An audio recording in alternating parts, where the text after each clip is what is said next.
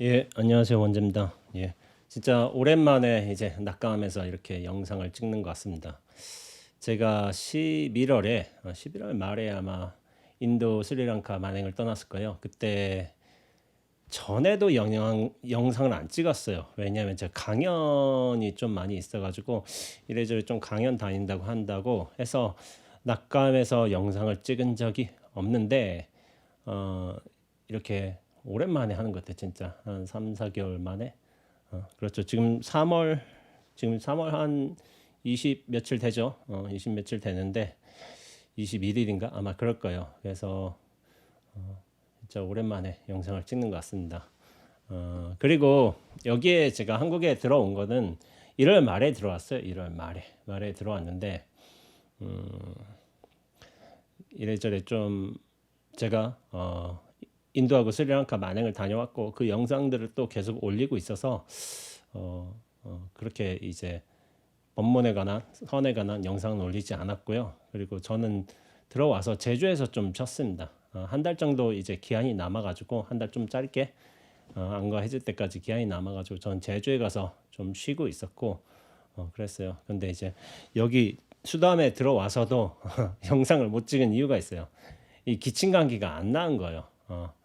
제가 지금까지 따져보면 한 6개월 정도 지금 기침을 하는 거예요. 5개월이 넘었어요. 6개월 가까이 되는데 이 기침 감기가 여행 때 그러니까 스리랑카 가다가 어떤 약을 먹고 난 이후로 확실히 호전이 됐어요. 호전이 돼가지고 그래서 괜찮았는데 한국에 들어와서 뭐 제주에 있을 때도 괜찮았는데 다시 서울 오니까 기침하고 가래가 계속 나오는 거예요.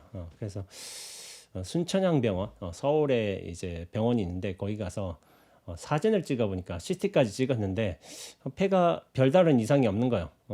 또 김천에 와서도 찍었는데도 별다른 이상 없다고 깨끗하다고 이런 식으로 얘기 들었는데 그래서 근데도 이제 이거 가래하고 기침이 계속 나오니까 이거 좀 그렇잖아요. 그래서 얼마 전에 당일치기로 부산에 다녀왔습니다.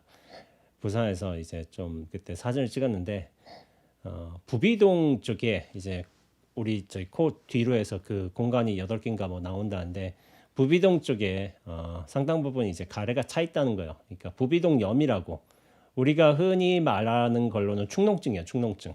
제가 원래 축농증이 약간은 있어도 일상생활에 불편할 정도로 있지는 않았는데 지금은 이제 기침 때문에 많이 힘들었거든요. 얼마나 힘들었냐면은 2시간, 3시간 정도 기침을 해요. 아침에 일어나서. 뭐 기침 때문에 깨기도 하고. 그럼 2시간, 3시간 기침하면은 되게 피곤해요. 사람이 기력이 다 빠져버려요. 그래서 한 4시간 기침하면은 그냥 쓰러집니다. 쓰러져. 그런 일들이 이제 종종 반복이 됐었는데 이게 뭐 방법이 없다 보니까 그리고 결국에는 약국에서 의사 처방을 받았는데 항생제 받고 이제 여러 가지 약도 받죠. 근데 이제 부신비질 호르몬제, 스테로이드도 받고 했는데 생각처럼 그렇게 통하지는 않았어요. 많이 통하지는 않았어요. 그래서 제가 진전이 있긴 한데 지금이 이 새로운 약을 받은 때보다는 좀 진전이 있어요. 근데 새로운 약이라고 해도 지금까지 먹어온 약이긴 한데 크게 완전히 이게 떨어지는 정도는 아니고 그래도 지금 영상 녹화를 할 정도로는 말을 할 수가 있어요. 말해도 지장이 없을 정도는 그냥 되고 있어가지고 그렇게 하고 있습니다. 그래서 수도암 와서 좀 기침 감기 하는 게 아무래도 이거 추운 데 있다 보면 기침 감기가 더 하거든요. 가래도 더 많이 끼고 그래가지고 근데 수도암이 좀 추운 곳이에요. 저희 이제 온도는 강원도로 봐야 돼요. 강원도 저기 상원사 있죠. 상원사가 아니라 월정사 정도로 보면 괜찮을 것 같은데 그래서 저번에 눈도 많이 오고 또 이제 수도함에 사람이 없어가지고 눈 쓴 사람도 몇 명 없고 해가지고 저하고 주지스하고 이제 이렇게 하고 도반 스님 한 분 와 계셔가지고 같이 쓸고 있긴 한데 쓸었어요. 근데 이제 이 큰 도량에서 3명밖에 없으니까 사실은 적은 거거든요. 적은 거라서 조금 고생을 많이 했습니다. 근데 제가 지금은 뭐 지금 기침 때문에 이 법문을 못할 수준은 아니에요. 그래서 이제 오늘 한번 오랜만에 영상 찍기로 결정하고 이렇게 찍고 있습니다. 지금 하늘 날씨는 맑아요. 굉장히 구름 한 점 저기 떠 있는데 굉장히 파란 하늘의 날씨는 맑고 하지만은 제가 조만간에 또 다른 일정들이 있어가지고 오늘 낮잠에서 오랜만에 영상 찍는 걸로 하죠. 예, 오늘 제가 이제 다룬 책이 있어요. 다룬 책이 뭐냐면은 원철스님께서 지으신 책이죠. 이 책. 혼자라도 걱정 않는 삶. 아주 오래된 시에서 찾아낸 삶의 해답이라는 책인 거예요. 원철스님 신간인데요. 이게 언제 나왔냐면은 2024년 1월 26일 날 초판 일세가 발행됐어요. 그러니까 이 책이 출판될 적에 저는 이제 한국에 들어왔죠. 들어와가지고 그때 이제 책을 제가 산 거예요. 제가 주문해서 산 거고 몇 권 더 샀어요. 사가지고 혹시나 인연 되는 분들 드릴까 하고서 원철스님은 여기 이제 한문 불교 경전과 선사들의 선어록 번역 및 해설 작업을 통해 고전의 현대화에 일조하는 한편 대중적인 글쓰기를 통해 세상과의 소통도 게을리하지 않고 있다. 행사 강주 대한불교 조계종 불학연구소 소장, 포교연구실장을 지냈으며 현재 불교사회연구소 소장으로 있다. 저서로 낡아가며 새로워지는 것들에 대하여 집으로 가는 길은 어디서라도 멀지 않다. 아름다운 인생은 얼굴에 남는다. 스스로 달빛 삼다. 할로 죽이고 방으로 살리고 등이 있다라고 해가지고 원철스님이 사실 저희 문중에서는 책을 가장 많이 쓰신 분이요. 워낙 필력으로 유명하시고 그리고 굉장히 단문이면서도 재치 있고 그리고 깊이가 들어간 그런 문장들을 잘 쓰셔가지고 저희 문중에서는 굉장히 글로써 유명한 분이죠. 그 다음에 책으로 약간 글로써 유명해지게 된 게 저인데 저는 이제 그렇게 원철스님만큼 고급의 글은 쓰지는 못하고요. 그냥 좀 뭐랄까 호흡에 맞춰서 읽을 수 있게 그런 뭐 쉽게 읽을 수 있게 그러나 내용은 쉽지는 않은 그런 글들을 좀 쓰는 것 같아요. 그리고 원철스님이 저한테는 좀 여러 가지 도움을 많이 주시는 사장님이세요. 제가 어떤 종류의 이제 어떤 결정을 할 적에 특히나 제가 모르는 영역에 관해서 질문이 있을 적에 원철스님한테 저는 물어봅니다. 물어봐서 이런 상황이 있는데 이럴 때는 어떻게 하는 게 좋겠습니까? 라고 제가 전화해서 물어봐요. 물어보면 원철스님이 굉장히 빠르게 모든 상황을 잘 이제 조율해 가면서 정확한 이제 대답을 이렇게 해주세요. 이거는 그때는 이렇게 하는 게 좋지. 그래서 그렇게 하는 건 별로 좋진 않지. 이런 식으로 바로 평가를 해주세요. 그러면서 이유도 말씀해 주시는데 근데 제가 여지껏 절에 살아오면서 정말 이제 머리가 좋으시구나라고 느끼신 이제 선배 선생님들, 어른 선생님들이 있을 수도 있는데 여러 명 계실 수도 있죠. 근데 이제 원철 스님이 저한테는 가장 대표적인 분이세요. 워낙 판단이 빠르세요. 근데 그게 판단이 빨라서 그런 게 아니라 단순히 빨라서 그런 게 아니라 모든 상황을 다 이제 조율하고 여기에 가치 판단도 하고 그러면서 여기에 적절한 대응 방안이 무엇인가 그거를 항상 바로 말씀해 주시는 분이에요. 그래서 저 같은 경우에는 굉장히 고마운 스님입니다. 스님한테 제가 이 책을 얻은 건 아니고 스님 신간 내셨다고 이렇게 뭐 뉴스로 나오니까 그래서 제가 사서 본 겁니다. 오늘은 이 원철 스님 책 중에서 아마 가장 유명한 이제 글이 되지 않을까. 그래도 대표적인 글. 그래서 이 글이 뭐냐면은 세 번째 글인가 네 번째 글 될 거예요. 네 번째 글이구나. 혼자 살아도 두렵지 않고 세상과 떨어져도 걱정하지 않는다. 제가 이 글의 전문을 이제 뭐 인터넷에 유튜브하고 블로그, 페이스북에 그렇게 올릴 거예요. 그래서 그걸 읽어가면서 한번 이제 뭐 거기에 대한 제가 부언 설명도 하고 여기에 대해서 좀 더 이야기를 곁들여가면서 한번 진행해 보도록 하겠습니다. 읽어보겠습니다. 저는 책을 읽지는 않고요. 이거를 다 워드로 정리를 했어요. 정리해가지고 그 워드를 보면서 읽도록 하겠습니다. 승호막도 청산호 산호하사 갱출산 시간타일 오종적 이립청산 갱불환 스님이여 산이 좋다고 말하지 마소. 산이 좋다면서 왜 다시 산을 나오시나. 뒷날 내 자취를 두고 보시오. 한 번 들어가면 다시는 나오지 않을 테니 해가지고 이거를 이미 아시는 분들 계실 거예요. 저는 누가 썼다는지는 조금 알고 있었어요. 최치원 선생이죠. 최치원 선생이 이렇게 해인사에 들어오면서 해인사가 아니죠. 가야산이죠. 가야산에 들어오시면서 이런 시를 남겼다고 제가 어디서 본 것 같아요. 근데 그 내용을 한번 보자면은 최치원 선생은 대문호답게 경남 합천 가야산으로 입산하면서 다시는 세상으로 나오지 않겠다는 둔세시를 남겼다. 둔세는 세상을 피해 달아났다는 뜻이다. 달아날 자를 써서 흔하지 않은 어려운 글자를 처음으로 만난 곳은 가야산 홍례동 농산정 근처의 붉은 글씨로 새긴 고운 최치원 둔세지라는 비석이다. 둔은 다른 둔자, 뜻은 같은데 형태가 다른데 그 둔자로 함께 사용한다. 이제 그러면서 운둔의 방식에 관해서 설명하시는 거죠. 운둔 방식에는 여러 가지 종류가 있다. 흔히 이응과 야운으로 나뉜다.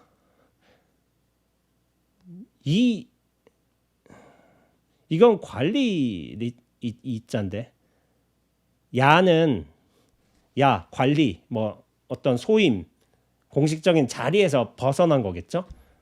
어떤 관리 벼슬아치 리자 리은 벼슬아치 하면서 운둔한다.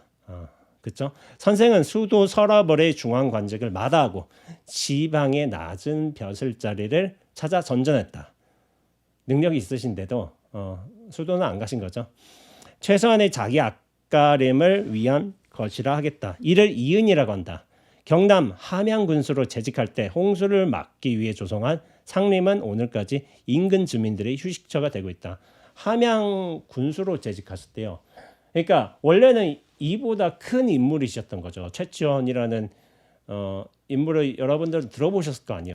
이렇게 역사가 몇백 년 지나서 1000년 지나서 이렇게까지 남아 있을 정도면은 사실 대단한 분이신 건 맞는 거죠. 이렇게. 그래서 근데 이제 함양 군수가 그분의 어떤 공적에 비해서는 좀 작은 자리였던가 봐요. 하지만 결국 그 자리마저 내던지고 초야로 숨는 야은을 선택했다. 해운대 지리산, 의성, 고운사 등 전국 방방곡곡에 선생의 운둔과 관계되는 지명이 덜어 남아 있다. 말년의 최후 운둔지는 가야산이다. 이죠. 가야산을 최후 운둔지로 삼은 거죠. 근데 이제 이런 시를 남기셨잖아요. 스님이 산이 좋다고 말하지 마소 하고서 산이 좋다면서 왜 이렇게 나오나 하고서 뒷날 내 자취 두고 보시오. 한번 들어가면 다시는 나오지 않을 테니. 그러니까 이게 조금 그렇게 기계는 제가 인정하면서도 저는 그런 생각이 들어요. 나올 수도 있지. 스님이 일부러 나올 수도 있지. 여기저기 만행하는 게 우리의 기본 원칙이에요. 스님들은. 여기 한 절에만 머무는 게 목적이 아니라 전국 다양한 사찰, 다양한 뭐 배경지 이런 게를 돌아다니면서 자기 수행을 닦는 거예요. 산에 결국엔 산인데 이 산에서 저 산으로 옮길 수도 있지. 뭐 필요하면 뭐 도심에서 일도 볼 수가 있고 저는 그렇게 생각을 해요. 근데 이건 약간 극단적인 생각이 아닌가. 나는 들어가면 안 나온다. 근데 장소와 배경을 사람들을 조금씩 바꿀 뿐이죠. 저희들은 이제 산이라는 곳에서 비교적으로 공통적으로 살고 있지만은 그렇다고 해서 제가 산에만 살 건 아니에요. 저도 도심에 살 날이 있지 않겠어요. 도심에 살기도 하고 사람들 만나기도 하고 이런저런 교류도 하고 그럴 수도 있겠죠. 그러다가 또 산으로 돌아올 수도 있는 거고 이렇게 좀 자유롭게 왔다 갔다 하는 게 좋다고 생각하지 어디 한 군데만 탁 정해가지고 그쪽에 오랫동안 머문다 그건 좋지는 않아요. 저도 이제 수도원에 제가 횟수로 뭐 말하자면 한 15년, 16년 이렇게 있었는데 근데 여기만 있었겠어요? 제가 안 거를 딴 데도 가고 또 돌아오고 여기서 잠깐 쉬면서 정비도 하고 또 사람들도 만나고 글도 쓰고 여러 활동도 하고 그러다 중간에 세계일주도 갔다 오고 다시 돌아오고 기도도 하고 이렇게 다양한 일들을 하는 것뿐이지 그렇게 한 자리에 집착할 필요 없다. 그리고 여러분들은 이제 한 절에 이를테면 한 절에 이 절을 떠나지 않고 30년을 살았다. 그런 수도승이 있다. 라고 한다면 여러분들은 어떻게 생각하겠어요? 와, 대단하다. 저게 진짜 수도승이다 라고 이제 생각을 하실 경향성이 많아요. 근데 이제 그것도 나름 대단한 어떤 자기 의지기도 해요. 근데 이거는 이제 내부인들의 좀 말도 들어봐야 돼요. 30년간 한 자리를 지키고서 거기서 이제 고인물이 되었다. 그거는 내부 사람들은 좀 불편할 수가 있어. 왜냐면 너무 많이 알고 있으니까. 너무 많이 그런 것들을 관성에 길들여져 있으니까. 그러니까 이제 미주알 고주알 여기서 이제 참견할 수도 있어요. 그러니까 뭐 겉으로 보면 일면으로 보면 그것도 멋있는 것이기도 해. 근데 사실 머무르지 않고 다양한 인연처에 따라서 자연스럽게 흐르는 거 저는 그게 더 좋다고 생각하고 있습니다. 그렇죠? 그래서 최치원 선생은 그렇게 가야산을 최후 은둔지로 삼으신 거죠. 그러니까 나이 드셔가지고 마지막 이제 회양하실 곳을 이렇게 잡으셨나 봐요. 고려 왕조가 문을 닫고 조선이 개국되면서 뜻 있는 많은 선비들이 벼슬을 버리고 숨을 곳을 찾아다녔다. 고려 말 사은으로 불리는 목은 이색, 포은 정몽주, 야흔 길제, 도은 이승인, 선생 역시 은둔을 꿈꿨다. 왕권이 바뀌죠. 아예 나라가 바뀌어 버리죠. 그럼 기존에 있던 세력들은 주요 세력들은 축출되게 돼 있죠. 당연히 밀려나게 돼 있고. 그러니까 은둔을 하신 거죠. 그리고 은자이가 어울리는 호도 붙였다. 소나 치면서 살겠다는 목은, 밭갈이하며 살겠다는 포은, 대장간에서 호미 만들며 살겠다는 야은, 숨어서 도자기나 굽겠다는 도은이다. 여기서 이제 소나 치면서 살겠다. 목은 진울 스님의 이제 법보가 모구자였죠. 모구자.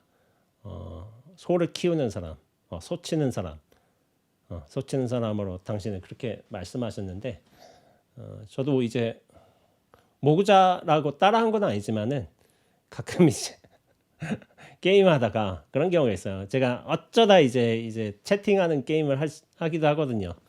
그럼 막 궁금한 분들이 뭐 물어봐요. 이제 어디서 사시냐고. 그러면 다들 뭐 서울, 뭐 경기도, 뭐 분당, 아니면 뭐 대도시, 부산, 대전, 대구, 뭐 수원, 뭐 이럴 수도 있겠고 이러죠. 근데 저는 이제 김천이죠. 김천이라고 얘기해요. 그러면 이제 저만 시골 사람이 어떻게 보면 전 시골에 삽니다 하면 뭐 하세요? 하면 물어봐요. 물어보면 저는 뭐라고 답하냐면은 거기서 뭐 하냐면 소 키웁니다라고 답을 해요. 소 키웁니다. 그래서 막 다 깜짝 놀라요. 소 키우는 사람을 볼 수가 없거든요. 채팅방에 이제 게임 채팅방에서. 그래서 우와 그러니까 대부분 그 다음에 뭐가 있어요? 소 몇 마리나 키우세요? 하면은 그러면 물어봐요. 그러면 저는 말씀드려야 저는 한 마리 키웁니다 하고서 다 놀라는 거지. 거기서 보통 이제 뭐 30마리, 50마리, 100마리, 뭐 500마리 이런 건 이해가 돼도 이를테면은 한 마리 키운다는 건 말이 안 되잖아요. 과거 한 4, 50년 전에는 소 한 마리 키워서 이를테면 가정의 살림을 보탤 수도 있었다고 저는 그렇게 알고 있어요. 소 한 마리 키워서 다 그게 가능했던 거야. 그러니까 소가 엄청나게 큰 재산이었던 거죠. 근데 요즘 시대에 소 한 마리 가지고 재산이라고 얘기할 수가 있을까요? 소가 막 늘어났잖아. 그리고 농장에서 소를 키운다면 50마리, 100마리 이렇게 키우지 절대로 뭐 5마리, 3마리 이렇게 키우는 건 아니잖아요. 저희 시골에서도 살 때는 이제 한 3마리 정도 키웠던 것 같아요. 그때 소 여물도 많이 주고 제가 소죽도 쓰고 막 그렇게 했었는데 소가 참 그리고 소 막 여름에 모기 물린다고 막 연기로 막 품어주고 막 모기가 많이 물리거든요 소가. 그러니까 그렇게 했었는데 소 한 마리 키운다니까 다들 놀라는 거죠. 그러니까, 한 마리 가지고 되겠냐고 제가 말씀드렸죠. 한 마리만 잘 키워도 충분합니다 하고서 그렇게 대답을 하고 말아요. 그러니까 제가 거짓말까지는 한 건 아니죠. 제가 스님이라고 얘기를 안 했을 뿐이지 약간 비유적으로 저는 소를 키우고 있습니다. 소 한 마리 키워도 살아가는데 문제가 없습니다라고 이렇게 비유적으로 답을 했던 측면이 있습니다. 자, 당나라 시인 백낙천은 은둔을 대은 중은 소운으로 나누었다. 큰 은자는 저작거리에 숨고 작은 은자는 산속으로 들어간다. 당나라 시인 백낙천. 근데 저는 이 백낙천 시인이 잘 몰라요 사실은. 근데 항상 이 이름을 보면서 좀 감탄을 해요. 이름이 낙천이래. 낙천. 백시의 낙천이야. 하늘을 뭐 즐길 낙자잖아요. 즐길 낙자라고 본다면 하늘을 즐긴다. 이게 얼마나 큰 이름이야. 그렇잖아요. 그냥 이름이 아니잖아요. 낙천이래요. 낙천. 굉장히 그 격이 다른 거예요. 하늘을 즐긴다.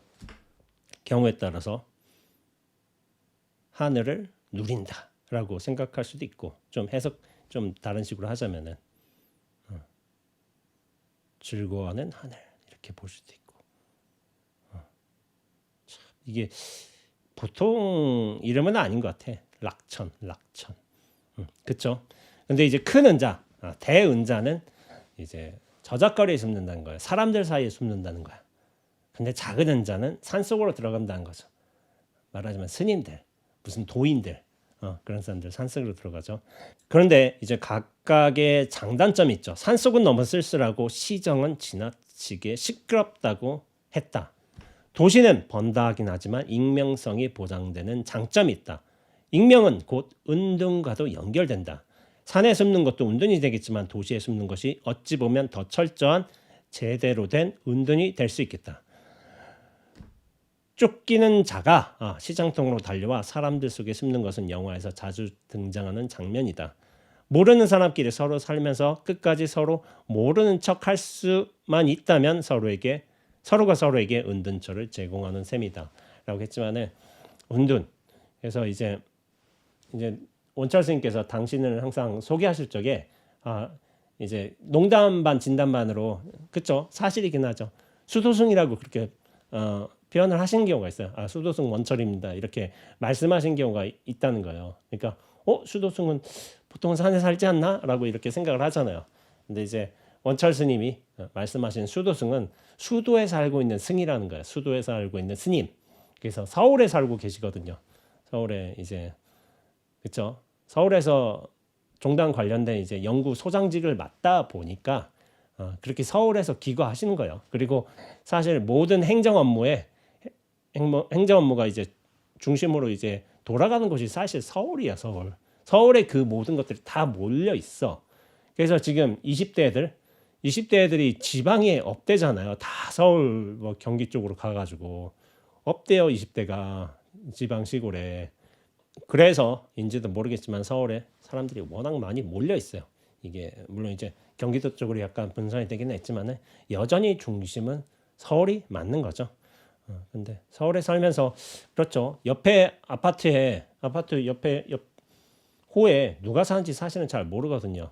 물론 이제 이사 왔을 적에 뭐 떡이라도 돌리고 하면서 안면치레는 할 수 있지만 기본적으로 이제 노터치죠, 돈터치죠. 서로의 어떤 프라이버시를 중요시 여기기 때문에 그렇게 막 상대방에 대해서 이제 알려고 하지 않고 본인도 드러내지 않고 그렇게 익명성으로 사는 게 서울이라는 이제 장소이기도 하죠. 그리고 시골 저는 이제 충남 논산에 시골이라서 살았지만은 상월면 한천리에서 거기서는 뭔 일이 벌어지면은 옆에 마을까지 한 다음 날이면 소문이 다 나요.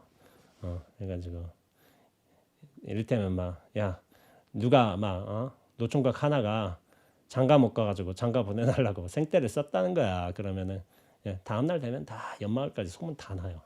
생떼 막 항아리 깨 부시고 뭐 난리치고 하면은 그런 것까지 소문 다 나는 거예요.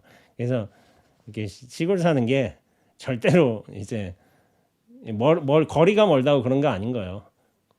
거리가 먼다고 해서 소문이 안 나는 게 아니라 이미 내일이면 다 나 있어. 근데 옆에 뭐 내가 1205호라고 해봐. 그럼 1204호가 나를 알기까지 엄청난 시간이 걸릴 수도 있고 아마 모를 가능성도 커요. 뭐하고 사는지 집안 뭐 자녀는 얼마나 있는지 부모님은 건강하신지 그런 거 모르거든요. 아예 기울가 없으니까. 그래서 오히려 대도시에 살면서 그런 게 다 에티켓이 되어 있으니까 그게 오히려 대은이 되지 않을까 이런 말씀을 하시는데 일리가 있죠. 대은과 소은이 있으면 중간지대에 숨은 중은도 있어야 된다.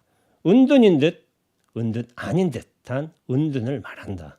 짐작컨대 중우는 최치원처럼 낮은 관직 속으로 응거하는 이은이라고 하겠다. 한직에 있으면서도 그 자리를 만족하며 마음의 여유를 가치 있게 생각하면서 정신적으로 응거하는 것을 말한다. 해가지고 어느 정도 자기 소임을 해. 그러나 큰 소임은 아니야. 소박하게 이런 일들을 하면서 자기의 역할을 분명히 하고 있는 거. 그게 어떻게 보면 중은인데 위치적으로 자리적으로 이게 맞는 거죠. 역할적으로도 맞는 거고. 근데 이제 다음 내용을 보자면은 워라벨이라는 말 아세요?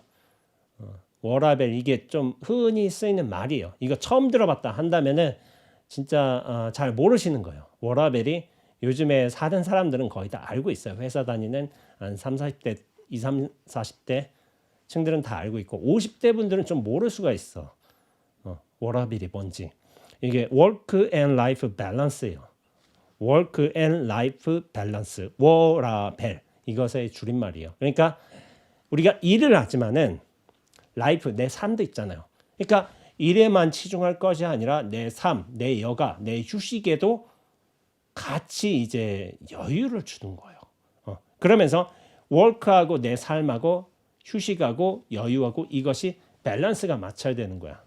그러니까 일과 휴식에 어떤 자기 추구에 자기 취미에 어떤 조화로운 상태를 굉장히 중요시 여기는 거예요. 요즘 사람들은. 그러니까 예전에는 그렇잖아요. 회사를 위해서 자기 뼈를 묻겠습니다. 몸을 담그겠습니다. 이런 사람들이 있었잖아요. 그러니까 야근이 워낙 작기도 했고 팀 회식도 많았어요. 그래서 아버지들 같은 경우도 회식한다고 늦게 들어오시는 경우가 굉장히 많았거든요. 예전에는. 근데 요즘엔 회사 어떤지 아시죠? 회식 안 하잖아요. 하더라도 자율회식이야. 자율회식이고 그리고 회식을 참여 안 한다면은 이를테면 회식비가 지급될 거 아니에요. 회사에서.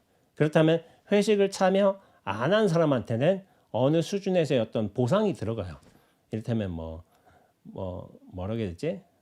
커피 세트 그런 쿠폰이라든지 뭐라든지 해가지고 참여 안 해서 이를테면 1인당 회식비가 한 3, 4만 원, 5만 원 나온다 한다면은 그보다 좀 덜하지만은 그런 쿠폰이라든지 어느 종류의 교환권이라든지 그런 거를 준다고 저는 알고는 있어요. 그래서 요즘에는 참 회식도 예전처럼 이제 가지는 않는 거죠. 그래서 어떤 예능 같은 거 보면 SNL 보면은 부장님들이 좀 서운해하는 거야. 예전에는 자기 때는 막 회식한다 하면은 막 그렇게 막 밑에 직급들이 막 나서서 막 다 준비하고 그렇게 해서 노래도 부르고 막 굉장히 화기애애하고 재밌는 분위기였는데 지금은 이제 점심시간에 저기 김대리 저희 점심 좀 같이 먹지. 저 헬스 가야 돼요. 하고서 뭐 이렇게 하는 거고. 이러면 박 과장 이제 같이 점심 좀 먹자 하면 저기 미팅이 간단히 있어서요. 이제 미팅 가야 됩니다. 그 시간에. 미팅 이를테면 맞선 자리 이런 거 가야 된다고. 그게 점심 1시간을 다 달리 계획이 있는 거야. 또 이제 무슨 황대리가 있을 수 있겠죠. 그러면 자기는 요가 클래스를 등록했다는 거야. 그 1시간에. 그러니까 박 부장님은 이를테면 밥 먹을 사람이 없어요. 혼자서 가서 콩나물국밥 먹고 마는 거죠. 이렇게 좀 요즘 사람들은 자기 삶을 제대로 꾸려가야 되겠다. 일도 중요하지만은 이런 패턴들이 많이 있는 것 같아요. 그리고 파이어족이라고 하죠. 바짝 20, 30대 바짝 일해서 30대 후반이든 40대 초반이든 은퇴선언 하는 거야. 파이어. 은퇴선언 해가지고 자기의 삶을 살겠다 이런 사람들도 있어요.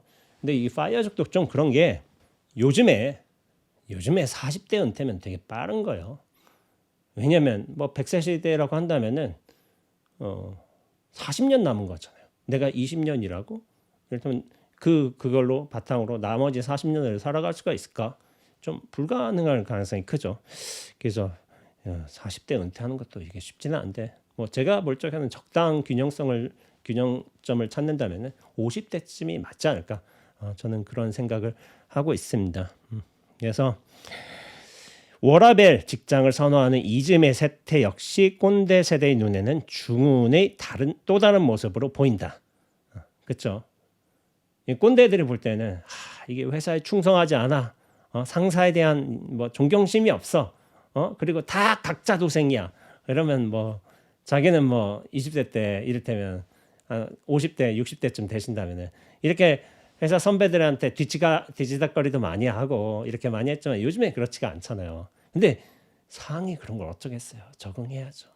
저도 어떻게 보면 제 직급이 어떻게 보면 제 나이쯤 된다면은 부장이에요, 부장. 제 나이 때 회사에 부장, 차장 부장 들어간 사람들이 많아요.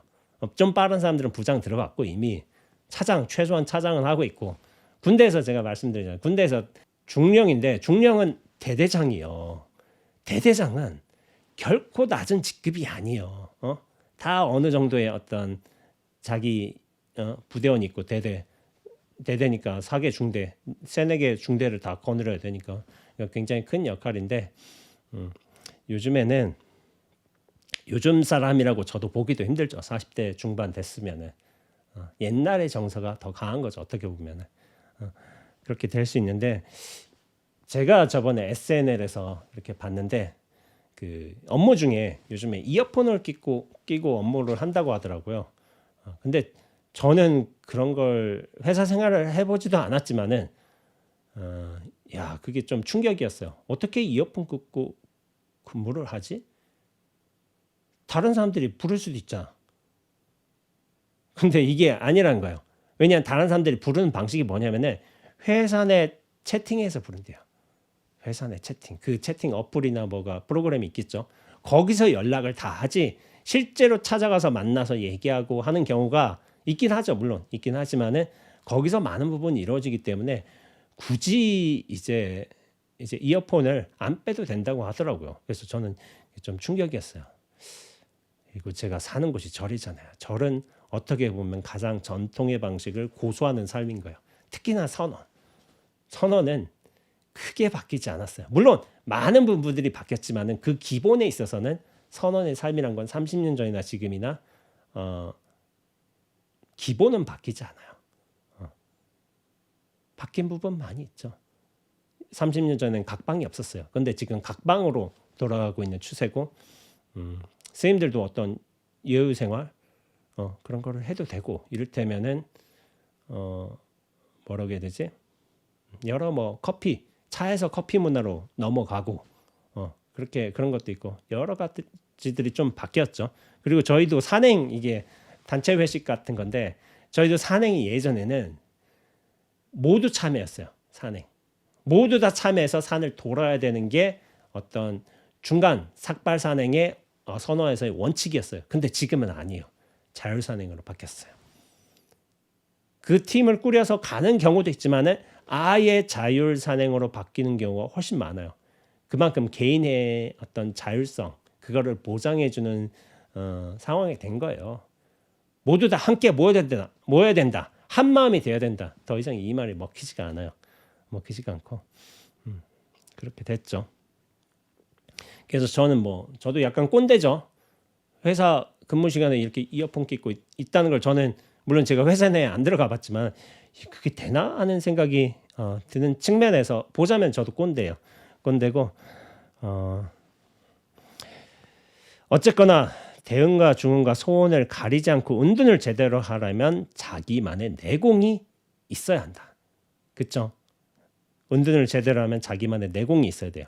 은둔의 고수가 되려면 자기 정체성이 분명해야 하기 때문이다. 저는 이 두 문장을 이 글에서 가장 중요한 걸로 보고 있어요. 은둔을 제대로 하려면 자기 내공이 있어야 되고 그리고 은둔의 고수가 되려면 거든 자기 정체성이 분명해야 된다.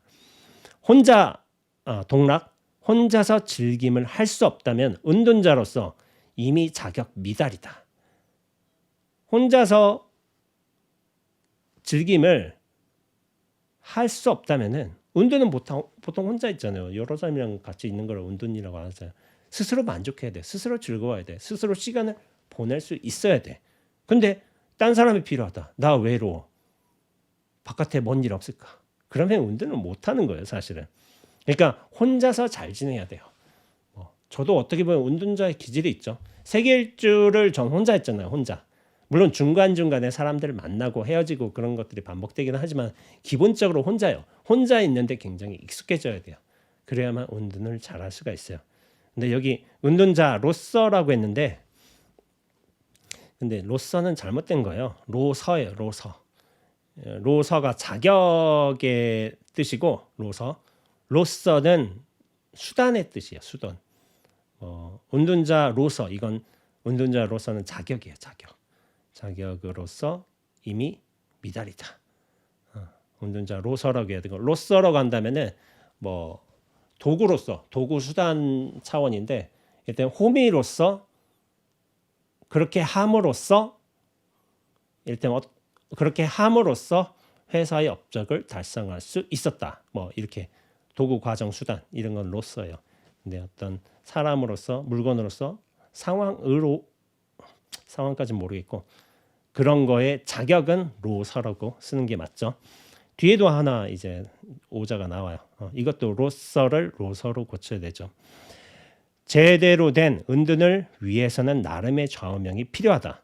주역, 태풍택과 괴에 나오는 8글자는 많은 은둔자들을 공감케 한 명구다. 독립불구 둔세 무민. 혼자 있어도 두렵지 않고 세상과 떨어져 있어도 근심이 없다. 조선시대 이윤영 선생은 충북 단양에 5년 동안 응가하면서 이 말이 당신에게 얼마나 위로가 되었던지 사이남 삼성각 주변 바위에 이 글귀를 세워두었다고 전한다. 그러니까 은둔을 그렇잖아요. 이윤영 선생님께서 왜 단양에 5년 동안 응가했는지는 저는 모르지만은 은둔은 평생 동안 하는 게 은둔이 아닌 거예요. 물론 그렇게 할 수도 있어. 그러나 어떤 사람들의 경우는 상황이 안 좋아서 어떤 자기 수양의 목적 때문에 뭐 피신하느라 그럴 수도 있고 어떤 특정 기간 동안 은둔을 하는 것이지 평생 동안 해야지 은둔자라고 저는 생각하지 않아요. 어떠한 두려움도 갖지 말고 홀로 우뚝 설 것이며 세상에 나가지 않고 숨어 있어도 번민하지 말라는 독립불구 둔세무민을 21세기의 좌우명으로 실천하고 있는 이가 조용원 선생이라 하겠다. 조용원 선생님이 불광에서 책을 좀 많이 내셨어요. 그리고 좀 베스트셀러 불광에서 제일 잘 팔리는 책이 저자이신 거예요. 저는 조용원 선생님을 만나뵌 적이 없어요. 이렇게 책 이름 보고서 와 독특하신 이제 당신만의 영역이 있으시구나 이렇게 생각은 했지만은 만난 적은 없지만 저희 이제 원철 선생님께서 조용원 선생님하고 이제 왕래를 하시나 봐요. 그러면서 말씀하시기를 어디에도 소속되지 않고 얽매여 살지 않기 때문에 자기 할 말은 분명하게 할 수 있는 이 시대의 진정한 논객이라고 자부하는 인물이다. 그렇죠? 주필이 아니라 객필로서 이제 이 로서도 로서로 바뀌어야 되죠. 자격 이렇게 어떤 의미로서 로서 신문사의 주필이 아닌 거예요. 거기다 이제 그렇게 신문사에 소속돼서 이렇게 쓰는 멤버가 아니라 객필인 거예요. 신문사에 소속되지 않았어. 그런데 끊임없이 글을 쓰신 거죠. 매주 일간지에 칼럼을 올린다. 벌써 그 세월이 엄청나게 흘렀다.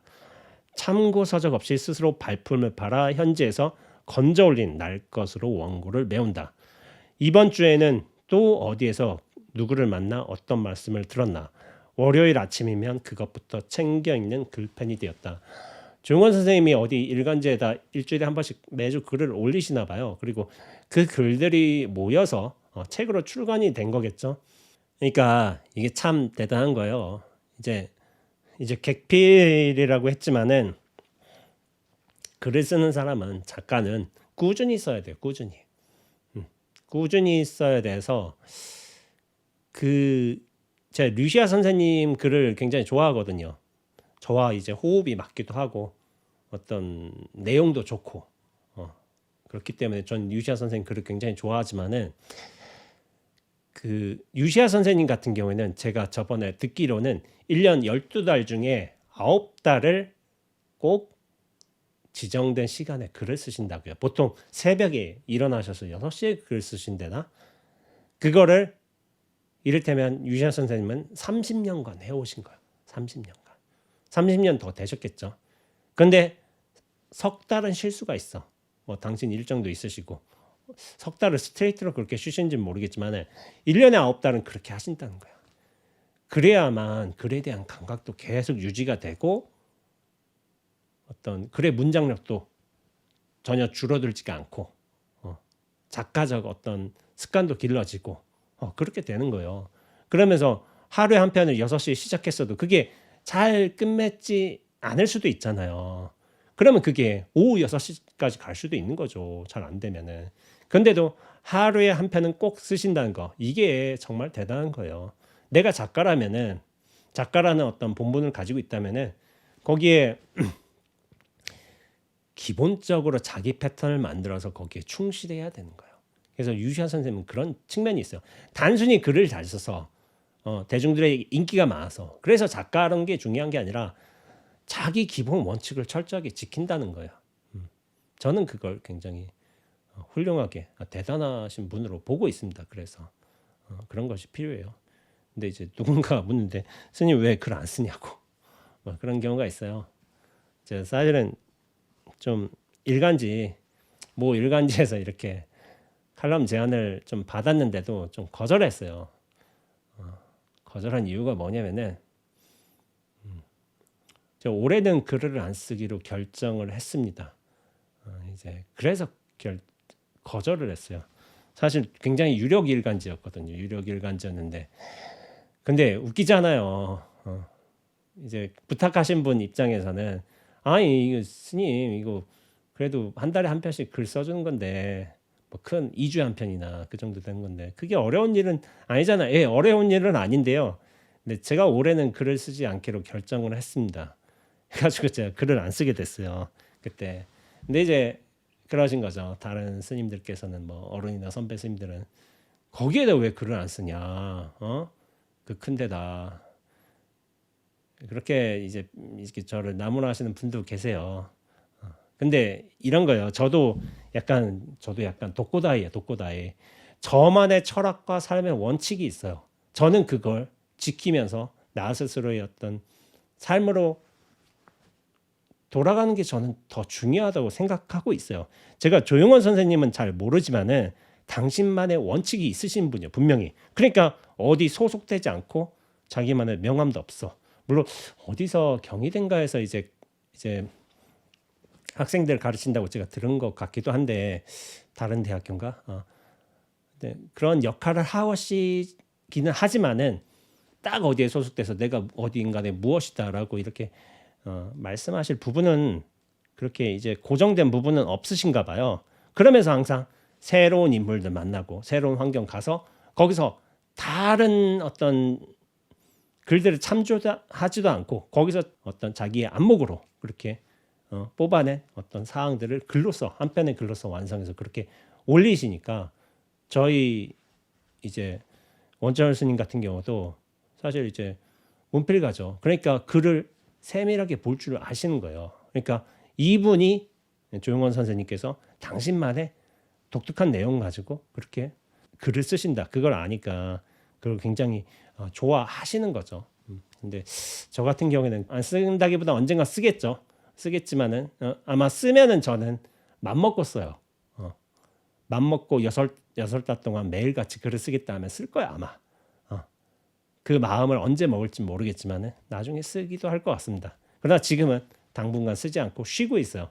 영상 작업 매일 한 주에 한 번씩 영상을 올리고 있잖아요. 그러니까 이 영상 작업이 지금의 저한테는 좀 큰 작업이죠. 그리고 하루에 하나씩 제가 쇼츠로 올리고 있어요.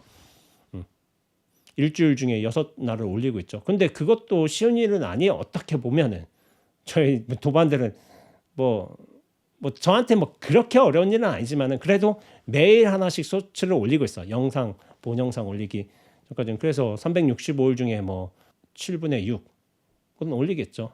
그래서 그것도 상당한 거란 말이에요. 300개 정도 1년에 300개 정도 올린다면 아마 계속 그렇게 될 거예요. 되겠지만은 저도 나름대로 어떤 시즌에 맞춰서 그렇게 자기 할 일은 하는 것 같아요. 하는 것 같은데 너무 과하지 않게 하는 것이 분명히 중요하고 그리고 조용원 선생님이 그렇게 하셨지만은 저도 소속되는 걸 별로 좋아하진 않아요. 소속의 어떤 제의들은 많이 왔죠. 많이 왔지만 제가 다 거절해서 그렇지. 저는 소속을 하지 않습니다. 그리고 뭔가의 어떤 자리를 잡는다면 아마 저만의 자리를 잡지 않을까 싶어요. 어떤 소속에 대해서. 왜냐하면 어디에 소속이 된다면은 그쪽에 위기가 있어, 관리가 있어. 그걸 따라주는 게 저는 맞다고 생각하고 있어요. 자기만의 생각으로서 하려거든 내가 내 모임, 내 조직 만들면 되지. 그렇게 해서 그걸 구현하면 되지. 저는 그렇게 생각하고 있어요. 그런데 기존에 있던 모임이라면은 그 어떤 에티켓, 흐름, 어떤 관계 그런 거를 전 따라주는 게 맞다고 생각하고 있습니다. 이 글을 읽으면서 이효리 씨가 생각이 났어요. 이효리 씨가 저하고 동갑이에요. 같이 79년생인데 저는 이제 4월생이고 이효리 씨는 6월생인가로 알고 있어요. 근데 이제 이효리 씨가 어떻게 보면 은둔하는 사람인 거예요. 이 중은.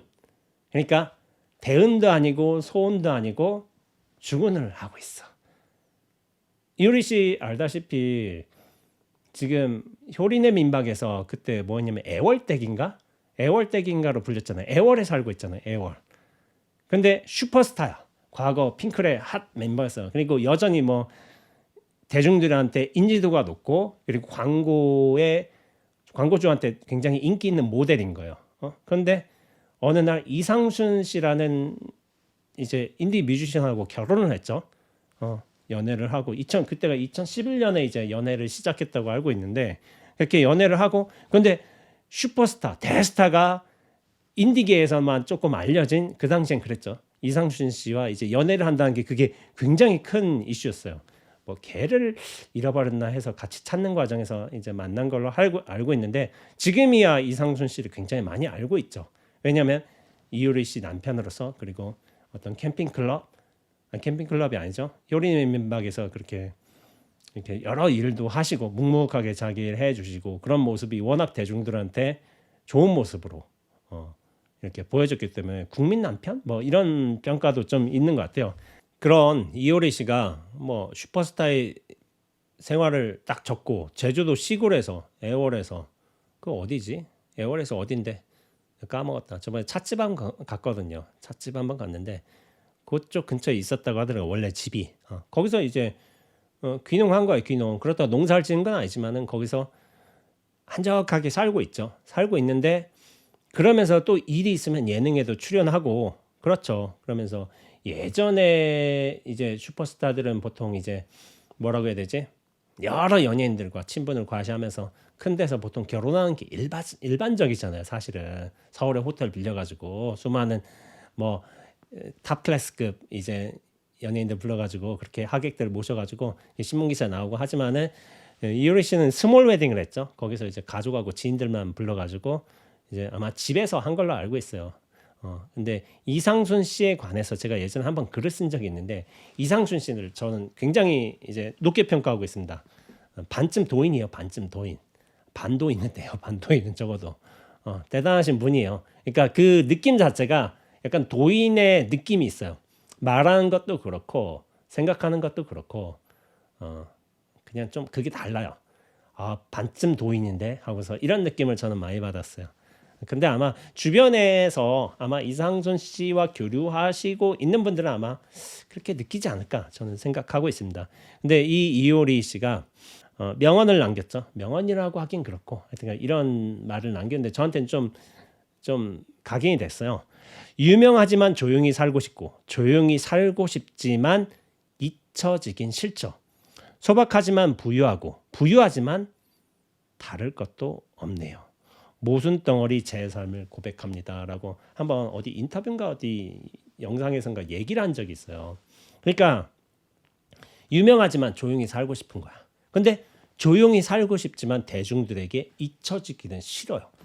그러니까 자기만의 혼자만의 공간, 시간을 그런 걸 가지고 싶으면서도 테스트하지만 근데 그걸 가지면서도 대중들과 그 연결선이 끊기기는 싫다. 그러면서 그게 어떻게 보면 이효리 씨의 어떤 삶에서 그렇게 드러나는 것 같아요. 예전에 이렇게 애월댁으로 그렇게 살았지만은 효린의 민박이라는 프로그램 했잖아요. 당신 집에서 이렇게 제주에 여행 오는 사람들 해가지고 이게 스태프가 아이유야. 아이유. 그리고 누구지? 자 소녀시대 센터 까먹었다. 그 친구가 그 스태프 하고 있고, 그러니까 걸그룹의 어떤 대표적인 인물이며 국민 여가수라고 할 수 있는 어떻게 보면 아이유가 스태프 하고 있고, 그러니까 그런 예능을 참여하고 뭐 핑클 전 멤버들과 이제 함께한 캠핑 클럽 그런 것도 있고, 환불 원정대 그런 것도 있고, 요즘에는 이제 이효리의 레드카펫이라고 그런 토크쇼를 하고 있어요. 토크쇼를 하고 있어서, 그래서 이 삶이 그런 것 같아요. 시골에서 분명히 자기만의 삶을 살고 있지만은 거기서 저도 계속 요가를 하고 있다고 알고 있어요. 요가에 계속 참여를 하고 있다고. 시골에 이제 제주에 그 선생님한테서 요가를 배우고 있고, 그 요가 배우는 사람들하고는 또 교류를 하겠죠.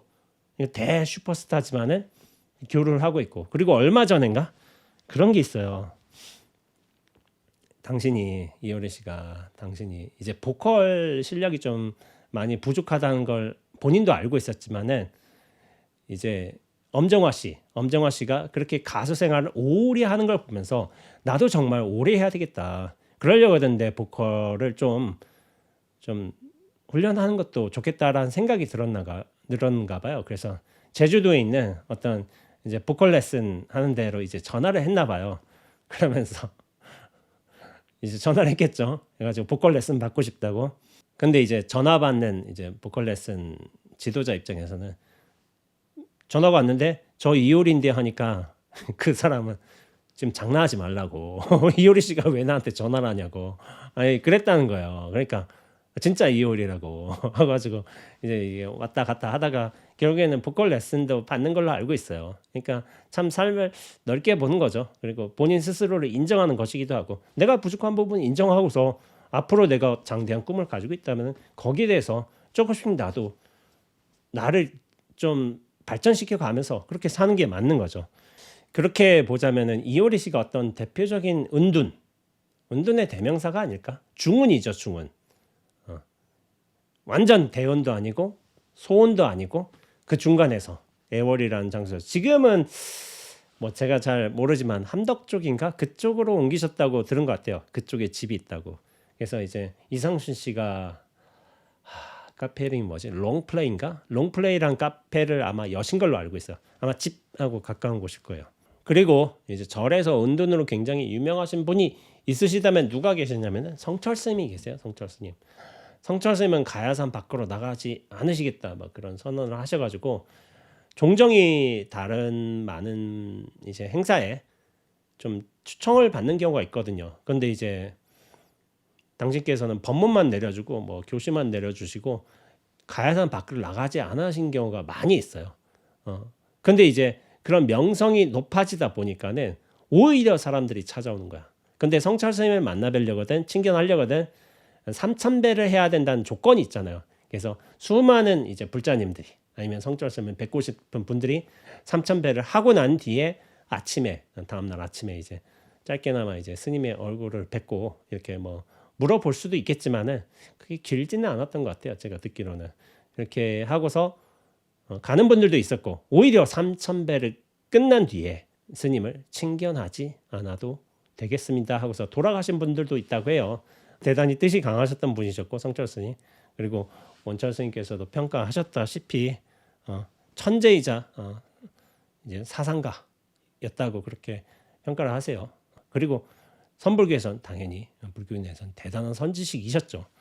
그리고 성철 스님 덕분에 수많은 출가인들이 생겨났죠. 수많은 사람들이 이렇게 도를 깨닫고 생사에 얽매지 않는 그런 자유로운 삶으로서 살겠다고 그런 결의를 세우게 된 게 성철 스님 법문인 영향도 커요. 근데 이렇게 성철 스님이 은둔했잖아요. 가야산에 은둔을 했는데, 근데 은둔을 했음에도 세상에 가장 널리 알려주신 큰 스님 중에 한 분이 됐어요. 그래서 성철 스님 나중에 돌아가셨을 때 해인사에 참배하는 참배객들이 하루에 4만 명 왔다고요. 4만 명이 왔는데 그 밥을 한다고 공양가에 난리였다는 거예요. 4만 명까지는 아니지만 밥을 먹는 사람은 그런 정도 안 되겠지만 그래도 10,000명까지 한다면 이게 밥을 제공할 수가 없어요. 근데 수많은 사람이 그렇게 오니까 그 산골에 그런 게 있는 거죠. 근데 이제 스스로 그렇게 가야산에 은둔하셨지만은 성철 스님이 그렇게 대중한테 널리 알려지게 된 데에는 저는 이제 언론의 역할이 컸다고 보고 있어요. 굉장히 깊은 깨달음을 얻으신 분이었기 때문에 언론의 소개 과정이 없었다면 성철 스님이 그렇게 널리 알려지지는 않았을 거라는 생각이 들어요. 물론 성철 스님이 그 밖에 무슨 이유가 있냐면 종정이라는 직위를 가지고 계셨어요. 그러니까 종단에서의 최고 높은 어르신이라는 직위와 함께 언론의 소개가 같이 곁들여졌기 때문에 그렇게 큰 스님으로서 여러분들께 알려주실 수 있었던 것이겠고, 저도 이제 책으로서 성철 스님의 삶을 보면서 와, 나도 이렇게 대장부의 삶을 한번 살아봐야 되겠다 해가지고 저 스스로 어떤 결심을 했던 거죠. 그래서 출가를 하게 됐고, 그래서 이제 그런 말을 하죠. 출가를 하게 된 가장 직접적인 동의는 성철 스님이에요. 성철 스님. 성철 스님처럼 나도 한번 대장부로서 떳떳하게 한번 이 한생 불살라서 수행 정진해서 대도를 구하는 길을 가고 싶다. 한번 그런 생각을 했던 것 같아요. 그런데 이효리는 일반 세계에서 굉장히 스타고, 성철 스님은 이 전례에서 굉장히 큰 선지식으로 유명하고, 은둔 나름의 독특한 은둔 방식을 하셨던 분들이지만은 일반인들도 은둔을 할 수 있어요. 근데 은둔을 하면서도 자기 존재가 또 잊혀지고 싶지는 않아. 그런 이제 욕망들이 같이 있는 거지. 자기로서의 삶을 살고 싶어. 그런데 사람들한테 잊혀지긴 싫어. 그래서 결국 사용하는 방법이 뭐냐면은 SNS예요. SNS를 통해서 자기를 드러내기도 하지만은 또 사람들의 관심에서 딱 멀어지는 게 또 SNS를 닫는 과정을 통해서인 거예요. 그러니까 SNS가 어떻게 보면은 지금은 운둔의 도구인 거예요. 수단. 예전에 운둔하려고 하던 산으로 가야 됐어. 사람들 없는 멀리 딴 시골 산골 이런 데로 가야 됐어요. 근데 지금은 SNS를 닫아놓고서 사람들과 왕래하지 않으면 은둔이 되는 거예요. 도시에 살고 있어도 옆에 사람들 관심 없다니까요. 그러니까 SNS 열어두면은 이것이 사람들과 교류하는 것이고, 닫아두면 은둔하는 것이고, 그것이 어떻게 보면은 지금에서의 은둔 방식이라고 할 수 있죠.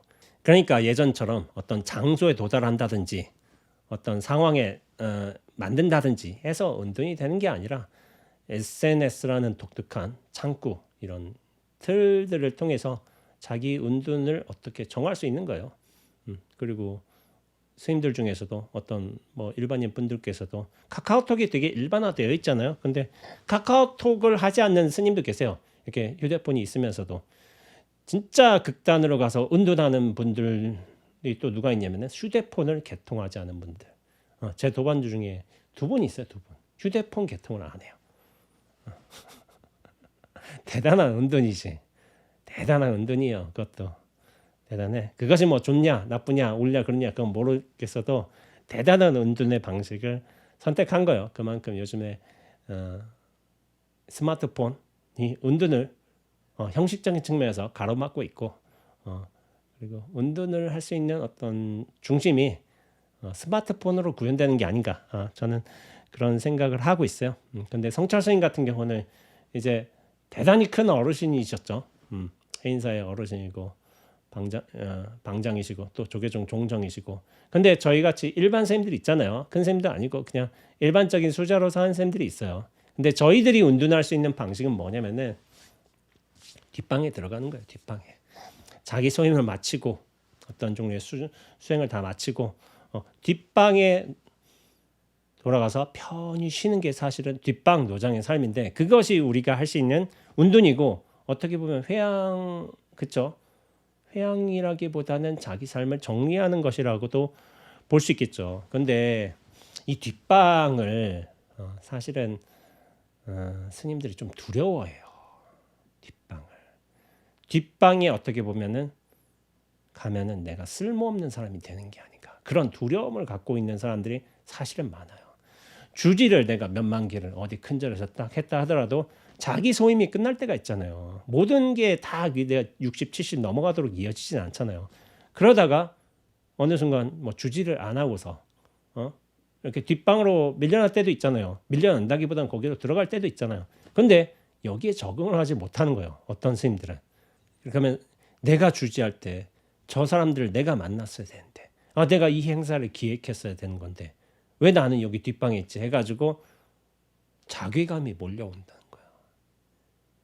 내가 이 행사, 이 일의 활동의 중심이 되어야 되는데 이 뒷방에서 아무것도 안 하고 있으니까 자기 존재감을 상실해버려서 굉장히 우울증에 걸리는 사람들도 있다는 거예요. 나는 무언가를 해야 되는데. 그런데 이것은 주지만의 일이 아니에요. 선빵수자도 마찬가지야. 이를테면 내가 30년간 선빵에서 정진했다고 쳐봐. 그런데 어떤 경우로든 몸이 안 좋아서든, 보통 몸이 안 좋아서죠. 60 넘어가면 아플 부분들이 한두 개씩 생겨나게 되어 있죠. 그러니까 이 몸의 원리를 따라갈 수밖에 없어. 나이가 들어가면서. 이건 너무 당연한 거예요. 그러면서 선빵을 은퇴해야 되는 시점이 분명히 생겨요.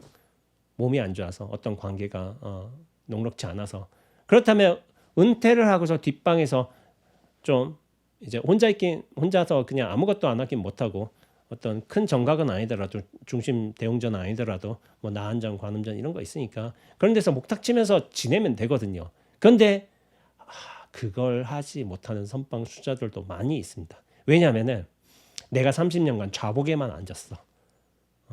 좌복에서 정진했어. 공부는 비록 된 게 없어. 근데 내가 이걸 30년간 해왔기 때문에 여기가 내 본향인 거예요. 본향. 이걸 하지 않고서는 자기 존재감이 상실되는 경우가 너무 많아요. 그래서 졸더라도 65 넘고 70 돼봐요. 기력이 없어요. 그래서 정진을 하지 못합니다. 꿋꿋하게. 굉장히 힘든 거예요. 70 넘어서 그렇게 하신다. 대단하신 거예요. 그건 대단한 거라고 봐야지 저기 기준이라고 보면 안 돼요. 사람의 육체는 늙어가고 힘없고 나중에는 병들고 쇠약해지는 게 맞는 거예요. 그래서 은퇴하는 것도 저는 맞다고 보고 있습니다. 뭐 이게 정해진 나이는 아니지만은 30년 뭐 65세쯤 된다면은 은퇴하는 것도 저는 맞다고 생각하고 있어요. 그러면서 공부를 물론 이제 수행을 해서 깨달음 얻고 자기 견천을 얻는다면 그건 좋은 일이겠죠. 그런데 모든 수행자들이 그렇지 않잖아요. 이 공부 시작했다고 다 도인되는 게 아닌 거예요. 그런데 30년쯤 했다면은 30년쯤 했다면은 이제는 회양하고 당신이 공부한 거를 뭐 기도든 법문이든 뭐 담화든 해가지고 이렇게 작게나마 회양하는 것도 저는 좋다고 보고 있어요. 그런데 아이러니죠. 공부가 되었다면 자기 견처나 살림이 확인된다면은 좌복을 나오겠는데 좌복 밖으로 탁 튀쳐나겠는데 그게 없기 때문에 어떻게 보면 좌복 밖으로 벗어나지 못하는 거예요. 그래서 좌복에 집착하는 수자들도 있습니다. 내가 평생 이것만 해왔기 때문에 이거 아니고서는 자기 존재감이 확인이 안 되는 거야. 내가 어디 딴 데 있는 거야. 뒷방에서 있으면서 편안하고 즐겁고 안온한 게 아니라 불안한 거야. 나 여기 있으면 안 되는데. 그런 수자들도 많습니다. 이게 안타까운 일이죠. 저는 이제 어떻게 보면 좀 젊은 나이에 40대 초반에 선빵 은퇴를 했지만은 금방은 안 들어가요. 지금 은퇴 선언을 한 거예요. 저는 금방은 들어가지 않습니다라고 은퇴 선언을 했어요. 근데 이제 뭐 이거 사람들이 뭐 맨 처음에 의아하게 생각한 경우도 있었어요. 자리가 중요한 게 아닌 거예요. 장소가 중요한 것도 아니고 직위도 중요한 거 아니고 은두는 원철 선생님께서도 말씀하셨지만 자기 살림, 자기 내공, 자기 정체성의 문제인 거예요.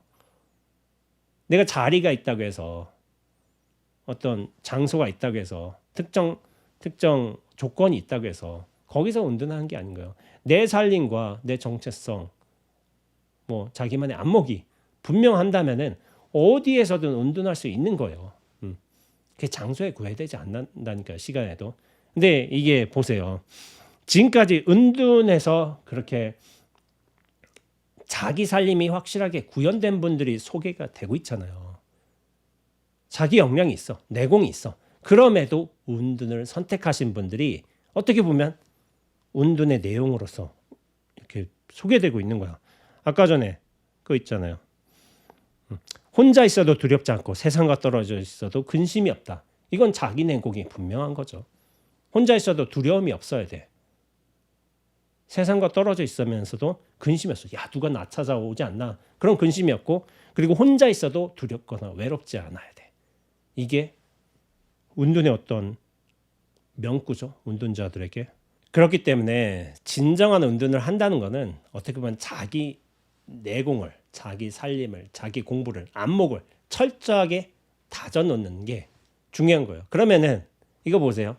내가 그렇게 공부를 잘했어. 내 안목이 투철해. 어디에서나 안정감을 가질 수 있어. 그러면은 내가 밖에 나가서 어떤 관직을 차지한다든지 활동을 한다든지 그거는 선택사항이 되는 거예요. 능력과 자질이 있어요. 그런데 내가 할지 말지는 선택사항으로 만들어 놓는 거예요. 그게 뛰어난 운둔인 거죠.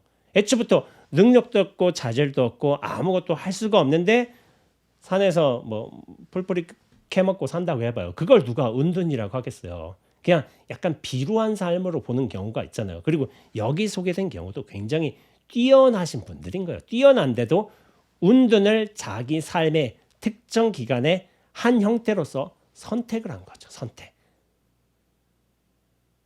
운둔도 제대로 하려거든 뛰어나야 돼. 뛰어나야 되는 거. 자기 공부, 정체성, 안정감 그것도 뛰어나야지 운둔도 제대로 할 수가 있다. 이런 아이러니가 있는 거죠. 혼자 있어도 외롭지 않아야 돼요. 혼자 있어도 충만해야 돼. 그게 어떻게 보면 운둔자의 조건인 거예요. 외로움 느끼잖아요. 외로움이라는 조건에 대해서 저는 이런 말을 해요. 뭐냐면은 외로움을 느낀다면은 여전히 자기 존재성, 실체성에 갇혀 사는 거라고 저는 얘기를 하고 있어요. 왜냐하면은 외로움이란 건 한 객체, 이것이 나라는 조건으로 이렇게 실체로 형성되어 있다는 착각에 갇혀 있을 적에 이 존재감과 실체감을 중심성을 가질 적에 느끼는 감정인 거예요. 어떤 상황이나 상황이 펼쳐지지 않아서 상황이 부족해서 어떤 사람이 없어서 대화가 없어서 이렇게 해서 슬픔과 외로움을 느낀다면은 그거는 뭐냐면은 자기 스스로 안온할 수 있는 스스로 전체로 열려 있을 수 있는 그런 공부 마음적 기반이 닦여 있지 않았기 때문이에요. 혼자 있어도 외롭거나 쓸쓸함이 없어야 되는 거예요. 이게 제 관점에서는 그렇습니다. 혼자 있어서 외로움을 느끼고 사람 안온하고 그리워하고 이런 거는 이 공부 수행 차원에서는 많이 부족한 거예요. 사람이 안 와도 어때? 저렇게 바람이 불고 있는데 저렇게 등이 흔들리고 있는데 이미 환이 열려 있어요. 사람이 안 와도 우리는 그 모든 대상들과 반응하고 있는 것이고 그 모든 조건으로서 열려 있는 거예요. 이게 이미 우리가 그 모든 세상과 교류하고 있다는 거예요. 이걸 증명하기 때문에 사람의 어떤 유무 여부라든지 교류의 유무 여부가 중요한 것이 된다면 진정한 의미의 운둔이 아니다. 운둔하면서도 스스로 충만하고 여유로울 수 있어야지. 이것이 공부인 아니겠어요, 수행인? 그것이 못 갖춰져 있었다면은 그럴 수밖에 없죠. 좌복이 아니면은 내 존재가 사라지는 것 같아. 좌복만이 내 자리인 것 같아. 이게 사실은 크게 모자란 거죠. 그게 아직 많이 부족한 거죠. 그 좌복이 안 있어도 돼요. 영화관에 앉아 있어도 돼. 시장에 이 어떤 테이블에 앉아서 국수 먹으면서 호록호록 먹으면서도 스스로 충만할 수 있어야 돼요. 그게 공부인인 거예요. 여기에 어떤 특정 상황을 강조한다거나 거기로 묶어버리면 자기 존재도 묶여버리는 거예요. 여기에도 이렇게 할 수 있고 시장에 가서 국수 먹을 수 있고 영화관에서 영화 볼 수 있고 좌복에서도 앉을 수 있고 이것이 자유로워야지. 꼭 어느 한 특정 방식으로서만 이것이 도가 구현된다. 이것이 나만의 삶이다. 이거는 굉장히 좁은 관점입니다. 제가 약간 앞서 밑반했지만은 최치현 선생이 산에 왜 산을 다시 나오나 내 자취 보시오 난 들어가서 나오지 않지. 이게 물론 이제 대단한 결이긴 하지만은 제 입장에서 보자면은 대단하게 하지만 그것만으로 이제 자기 정체성을 삼으면 안다는 거예요. 그 모든 상황에 여유롭게 융통성 있게 대할 수 있어야지. 하나의 제 흐름을 중요시하겠지만 그 흐름이 인연과 상황에 맞게끔 자연스러워야지. 그게 좋은 삶인 거예요. 외로움이란 거 그래요. 저도 한 10년 전에는 외로움이란 걸 느껴봤어요. 느껴봤는데 지금은 외로움을 느끼지 못합니다. 외로움은 자기 실체감을 가질 때에만 생겨나는 감정인 거예요. 근데 자기 실체감을 탁 벗어난다면은 이 전체로서 확정이 된다면은 제가 보기엔 그렇습니다. 외로움이란 감정은 느껴지지 않습니다. 그리고 뭐 반야신경에서도 얘기하지만은 공포, 무유공포라고 하잖아요. 공포가 사라진다고 하거든요. 공포도 느껴지지 않아요, 사실은. 뭐 왜냐하면은 공포는 어떤 대상의 실체와 나의 실체화가 동시에 이루어졌을 적에 저 대상이 나를 뭐 괴롭힌다든지 겁박한다든지 그럴 적에 느껴지는 감정이 공포잖아요, 공포. 뭐 귀신 나온다든지 뭐 이게 아주 갑자기 뭐 뱀이 보이기 뭐 길거리에 뱀으로 보이기 시작하는데 착각이죠, 착각. 뱀이 보이면 피해야죠. 공포에 압도당하기보다는 왜냐면 물리면 아프니까 독이 있을지도 모르니까 그런 거예요. 근데 이제 공포라는 게 우리가 말할 때 공포는 실제적으로 생길 수 있는 공포보다는 나 자신의 착각에 의해서 생길 수 있는 공포가 사라진다고 봐야 되는 게 맞고 있어요. 맞아요. 근데 무유공포라고 하는 거는 그런 본인의 전도 망상에서 비롯된 착각에서 생겨난 공포에서 벗어난다는 거예요. 그게 맞아요. 근데 그러기 위해서는 나 자신이 어떤 육신과 좁은 마음으로서 실체화되는 것에서 탁 벗어나야 돼요. 그럴 적에 공포감 역시 사라지게 되어 있습니다. 외로움이란 어떤 감정이라든지 공포감 같은 것도 어떤 개체 자 여기에 탁 실제로 들어와 있으면 생기는 것이지 그것들이 팍 깨져 버린다면 전체로서 확 퍼져갈 수 있고 그리고 이렇게 융통될 수 있다면은 그런 감정은 사라지게 되어 있습니다. 그것이 어떻게 보면 자기 기반의 정체성이고 자기 내공인 거예요. 자기 실력인 것이고 그렇게 실력을 갖추고 있다면은 저는 그렇게 생각을 해요. 누가 찾아오든 말든 그런 거에 개의치 않게 되는 게 맞다고 생각하고 있어요. 찾아오면 사람들과 잘 대해주면 되는 거고 안 찾아오면 이 평온함을 누리는 거죠. 그것이 진정한 의미의 자유지. 어떤 장소에 사람의 조건에 이렇게 구애되는 게 아닌 거예요. 그래서 저는 이것을 수행적으로 보자면은 물론 이제 이 최치원이라든지 여러 선생들께서 이렇게 다 자기만의 정체성 기반들을 그렇게 잘 마련하셔가지고 이렇게 훌륭한 명구들을 남겨주셨지만은 불교 수행으로서 보자면은 이 운둔의 최상 조건은 뭐냐면은 자기의 실체라는 이 착각이 확 무너지는 거. 그렇다면 우리는 어디에서든 운둔할 수가 있어요. 시장 의자에 앉아서 국수 먹으면서도 운둔할 수 있는 것이고 영화관에서 웃으면서도 운둔할 수 있는 것이고 이런 뭐 시골에 절에 와서 차 한 잔 마시면서 남이 있어도 되고 없어도 되고 운둔할 수 있는 거예요. 시간 장소에 구애되지 않고 자기 실체감이 확 사라진다면 그 모든 조건에 다채롭게 반응하면서 거기에 잘 녹아 들어가면서 운동을 할 수가 있는 거겠죠. 그래서 저는 이렇게 운동에 관한 한번 책을 한번 글 한 권을 읽어보면서 저 자신의 어떤 의견을 말하기도 하고 다른 이제 선지식들 뭐 절집의 선지식뿐만 아니라 바깥에도 선지식 많이 계시잖아요. 그런 분들의 글들도 읽어보면서 이렇게 교감할 수 있는 소통할 수 있는 부분들도 말해주는 게 좋다고 생각하고 있습니다. 예, 오늘 법문은 여기서 마치도록 하겠고요. 다음 법문 때 또 찾아뵙도록 하겠습니다. 예.